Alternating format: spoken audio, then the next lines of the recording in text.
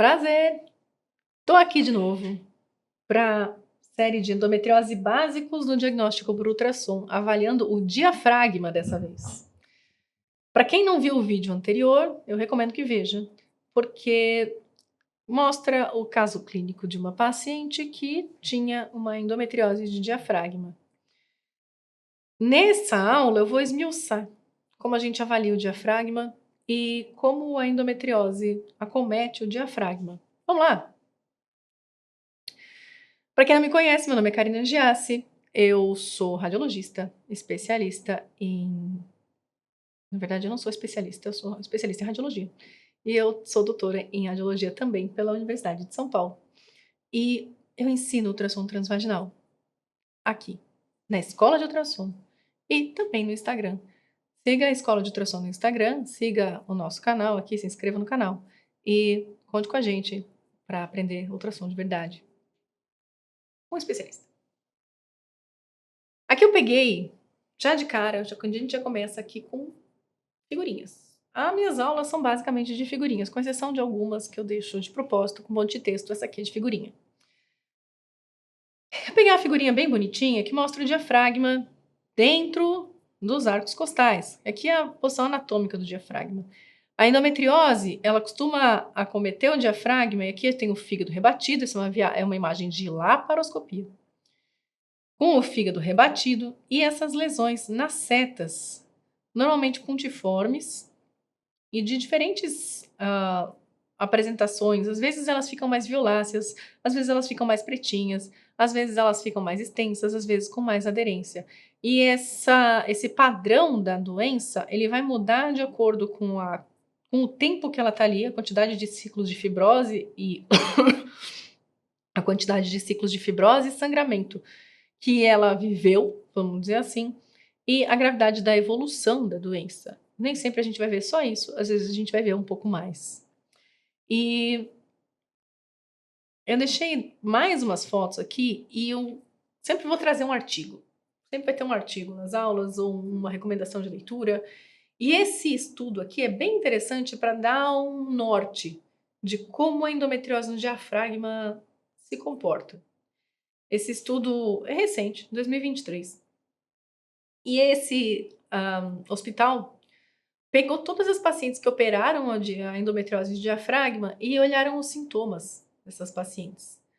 E, primeiro, uma coisa bem interessante desse estudo é que eles discutem que, normalmente, a endometriose torácica e diafragmática, ela se origina da transformação metaplásica do peritônio e do epitélio do peritônio e da pleura. Eles têm uma mesma origem celômica, mesodérmica, e aí eles se transformam em células endometriais que respondem ao estrogênio. Por isso que a gente tem nesses locais atípicos. É uma teoria, e eles discutem essa teoria, e é uma teoria que tem sido relativamente aceita. Diferente da teoria da menstruação retrógrada isolada, que não explica, ajuda, mas não explica a origem dessas lesões. Então, de novo, aqui a gente tem esses pontinhos, e você vê que você tem esses pontos pretinhos, às vezes um pouco mais irregulares, e às vezes um pouco mais violáceos, às vezes um pouco mais pretos, às vezes mais irregulares, às vezes, olha só, com várias aderências. Quais são os sintomas mais comuns dessas pacientes? E olha que interessante, a gente sempre tenta achar um padrão na doença, mesmo numa doença com tão pouco padrão, que é a endometriose. Mas esse estudo achou um padrão. Os sintomas mais comuns das pacientes com diagnóstico de endometriose diafragmática confirmados por cirurgia, elas tinham mais cólicas, mais dismenorreia, mais dor no abdômen superior quando menstrua e dor no ombro quando menstrua. Então, são sinais que, se estiverem juntos, em uma anamnese, em uma colheita, sabe, quando você vai colher a história de uma paciente que tem cólica, você pode perguntar, quando você menstrua, dói seu estômago? Quando você menstrua, dói seu ombro quando você respira? E aí, tem paciente que vai saber dizer se tem e falar, nossa, tem. Ou se não tem paciente que vai falar, nossa, nunca parei para prestar atenção. Nas pacientes que referirem isso, que falarem isso de uma forma bem pronunciada, você procura endometriose no diafragma, não custa. E aí eu deixei aqui assinalado que também existe uma outra associação. Pacientes com doença mais grave, ou seja, quanto maior o estágio, de acordo com a SMR, estágios 3 e 4, vamos dizer assim, maior a chance de endometriose diafragmática, mas ainda no estágio 4. Então, quanto maior a doença, de acordo com a SMR, maior a chance de você ter endometriose no diafragma. Então, temos esse padrão de pacientes, eu acho legal a gente saber. E como que a gente vê o diafragma? A gente começa avaliando com transdutor linear. Então, deixa essa figurinha do arco costal com o diafragma para mostrar a posição do transdutor. A posição do transdutor aqui, ela reflete essa posição do ultrassom. Inclusive, essa foto é minha. Sim, eu mesmo me fiz. Você vai tentar ver pelo espaço intercostal e a melhor maneira de ver isso é fazer a paciente botar em decúbito lateral e levantar o braço. E aí você vai alargar o espaço intercostal e vai ter uma vista melhor do diafragma que está aqui. Aqui, em verdinho, você vai ter a pleura. Aqui, em azulzinho, o peritônio. Aqui, o fígado. Este rosa vai ser o seu diafragma. Aqui, esse primeiro músculo é o músculo intercostal. O segundo músculo é o grande dorsal. E aqui, pele subcutânea. Aqui, respirando. E aí, eu respirei, o transdutor tá assim. Aqui você vê o pulmão e a pleura. E aí, você consegue ver a pleurinha vindo para cá. O diafragma mexendo. O diafragma está aqui embaixo. Aqui está o peritônio.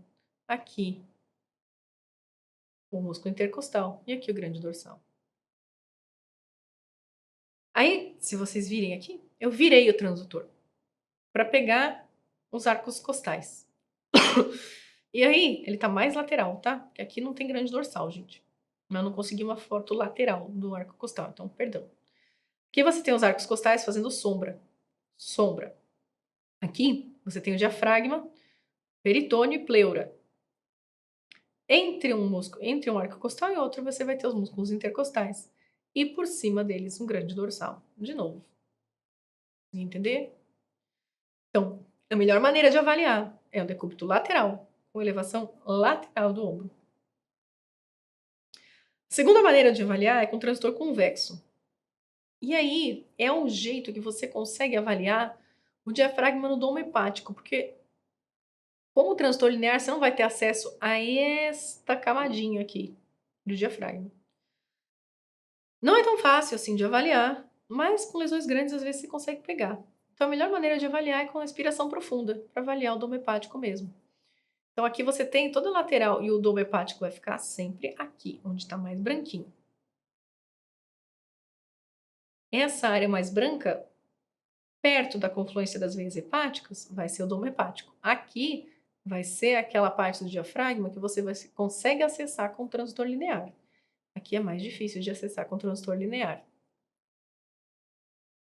E da mesma forma, se você não viu o vídeo anterior, volte para o vídeo anterior, que eu discuto o caso da paciente com essa lesão aqui. Isso aqui é uma lesão na parede posterior do diafragma. E a gente consegue ver que todo o diafragma vem aqui e ele é interrompido por uma lesão irregular, grandíssima, inclusive. E aqui na frente você vê o diafragma que é acessado facilmente pelo transdutor linear. E aí, eu sempre trago um artigo, às vezes mais de um. Existe esse artigo, inclusive um brasileiro participou também, Marcelo Pedrassani. E é um artigo do Guerriero. Guerriero é um dos grandes nomes mundiais de endometriose, pode confiar nesse cara. E ele mostra várias lesões de endometriose aqui. Então aqui avaliando pelo convexo na parede posterior, e olha como é uma plaquinha no meio do branco, né, uma bolinha preta no meio do branco, e aqui delineando o contorno do fígado. Aqui só uma descontinuidade pretinha. Aqui o linear mostrando, de novo, um nodulinho irregular bem no peritônio, entre o fígado e o diafragma. Aqui, bem ampliado, esse nodulinho pequenininho entre o peritônio e o fígado. E algumas lesões ficam tão crônicas que elas chegam a calcificar. Esses ciclos repetitivos de fibrose, sangramento, cicatrização, fibrose, sangramento, cicatrização, fibrose, eles podem fazer algumas lesões ficarem tão antigas que calcificam. E aqui, pegando os casos meus dessa vez eu mostro direitinho como é olha que bonitinho, como é o peritônio de um paciente normal e como o peritônio de alguém com endometriose fica irregular, espessa um pouquinho e faz uma plaquinha pretinha. Aqui tem um arco costal, aqui o músculo intercostal, outro arco costal e aqui embaixo essa plaquinha. Da mesma forma, de novo, a gente deixa a lesão comparadinha aqui, aqui tá pulmão, peritônio, quando o paciente respirou, a gente teve um peritônio espessado com essas duas bolinhas, uma do ladinho da outra, deixando o peritônio irregular. Ó, pega isso, como é lisinho, como é bonitinho, como esse aqui destoa, sabe, desse padrão liso. Outra paciente, de novo, com um pouquinho de espessamento do peritônio e esse nódulozinho pequenininho, pretinho, entre o diafragma e o fígado. Deixei aqui para mostrar para vocês agora um exame. Aqui vocês estão vendo um exame ao vivo comigo. Ao vivo não. Mas de fato uma avaliação do diafragma. O que eu estou fazendo aqui? Eu peguei o curvo, o transdutor curvo, e eu estou avaliando o diafragma dessa paciente. Então o que eu vou fazer? Primeiro, com o curvo, vou dar uma olhada no espaço hepatorrenal aqui e eu vou tentar olhar bem a linha daqui do diafragma embaixo. Aqui, eu estou tentando olhar bem aqui. E a linha anterior também. Então, eu vou olhar o diafragma. Eu vou olhar o diafragma tanto na linha posterior, quanto na linha mais anterior e no espaço hepatorrenal. Então, eu avaliei ele desse jeito. E aí eu vi que eu não achei nada. E eu fui olhar o diafragma no linear. E aqui a gente consegue ver o quê? A gente consegue ver de novo. Lembra da anatomia que eu mostrei? Olha que bonitinho. Então, você vai ver aqui os arcos costais, o peritônio, o fígado e o diafragma. Aqui, quando ela respira, você consegue ver esse movimento do diafragma bem bonitinho aqui na seta? Bonito, né? Eu vou aproximar e eu procuro, meu olho tá aqui. Meu olho tá sempre aqui, no peritônio, que é onde eu vou procurar por implantes de endometriose. E aí vocês vão ver que em alguns momentos vão aparecer, vai ficar uma sombra porque eu estou passando pelos arcos costais. E eu costumo fazer isso virando para o lado, olhando arco por arco, até onde eu consigo ver. Depois eu varro e tento fazer isso durante a respiração. Vai ser muito difícil vocês notarem um padrão. Por quê? Porque cada anatomia é diferente. Cada paciente tem um fígado às vezes mais alto, tem paciente com fígado mais baixo, então fica difícil a gente sempre colocar do mesmo jeitinho e avaliar do mesmo jeito. Mas eu tento começar anterior, depois lateral e por último posterior, que é um pouco mais difícil de ver. E eu peço para ela respirar, para eu ter o movimento da pleura e do diafragma. Às vezes eu peço para respirar, inclusive, pensando em tentar ver o domo. Às vezes eu tento ver o domo, apesar de saber que não dá. Mas aí eu vejo o pulmão chegando, como vocês vão ver aqui mais para frente. Então, aqui eu fujo do arco costal.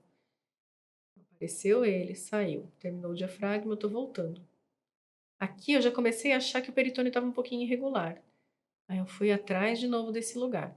Quando eu vejo que o peritônio está um pouco irregular, que ele não está tão lisinho, eu começo.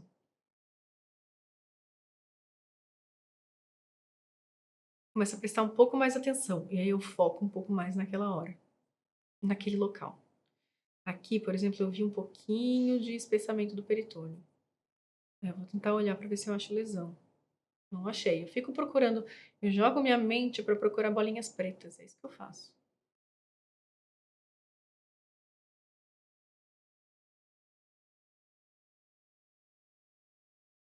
Pulmão, aqui, pede para respirar.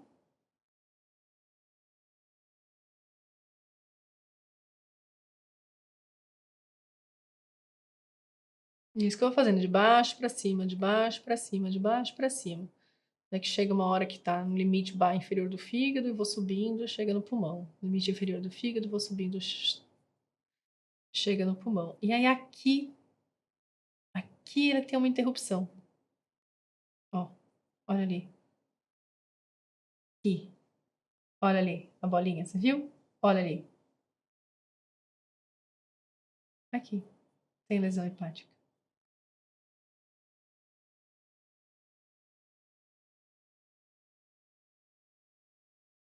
Olha ali. Você consegue ver? Conseguiu ver a bolinha? Quando ela respira, eu consigo ver melhor. Respirou, consegui ver. Respirou, consegui ver. Respirou, consegui ver. Olha ali. E aí eu pausei, porque eu consegui ver. Então veja que levou uns 5 minutos para eu avaliar até achar. Quando que eu insisto tanto? Em todas as pacientes? Não, naquelas que têm dor torácica ventilatória dependente durante a menstruação. Nessas eu insisto.